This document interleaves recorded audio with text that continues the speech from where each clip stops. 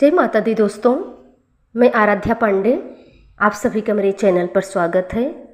तो दोस्तों, आज मैं आपके लिए एक देवी गीत लाई हूँ। अगर मेरा गाना अच्छा लगे तो लाइक शेयर सब्सक्राइब जरूर कीजिएगा। धन्यवाद।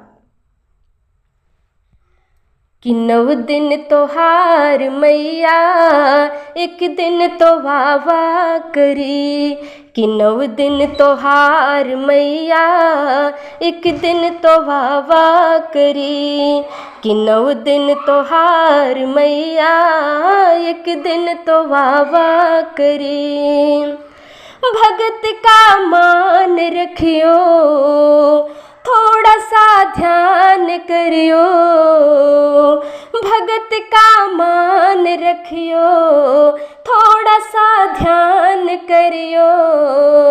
करते पुकार मैया एक दिन तो वावा करी, करते पुकार मैया एक दिन तो वावा करी, कि 9 दिन तोहार मैया एक दिन तो वावा करी।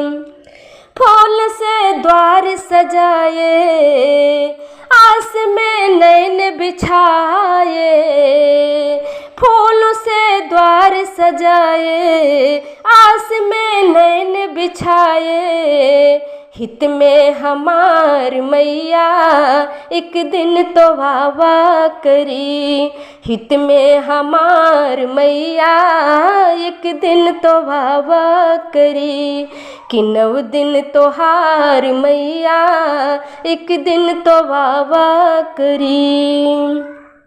दिल के हनाता इसके सच में बताए तो हो से, दिल के हनाता इसके सच में बताए तो से।